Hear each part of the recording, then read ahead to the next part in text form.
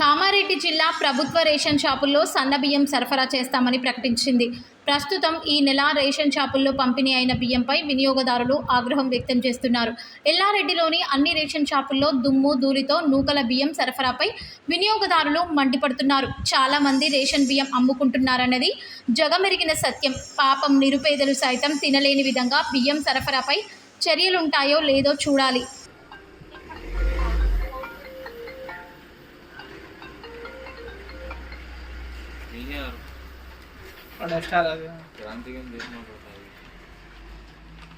నూకలే ఉన్నాయి. అలా సంచిలా మొత్తం ఒక 30 కిలోల దాకా మొత్తం నూకలే వస్తున్నాయి. 20% బియ్యం ఉన్నాయి, 80% మొత్తం నూకలే ఉన్నాయి బియ్యంలో.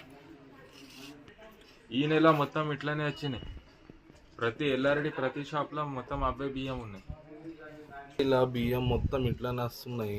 దొడ్డు బియ్యం ఇస్తుర్రు కానీ బియ్యం కూడా చక్కగా ఉండలేదు. అది మొత్తం దొడ్డు బియ్యమే వస్తుంది. కానీ మొత్తం నూకలు ఉన్నాయి, అలా చెత్త చితారం మొత్తం ఇది తీసుకొని పోతే కూడా బాగా అది అన్నట్టు మొత్తం చేతి ఎట్లా అయిపోయింది. మొత్తం బియ్యం ఖరాబ్ వస్తుంది.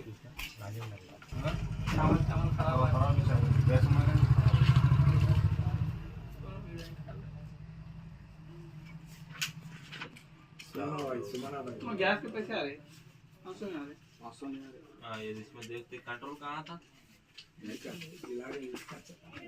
इसमें है नहीं है तेरा नाम।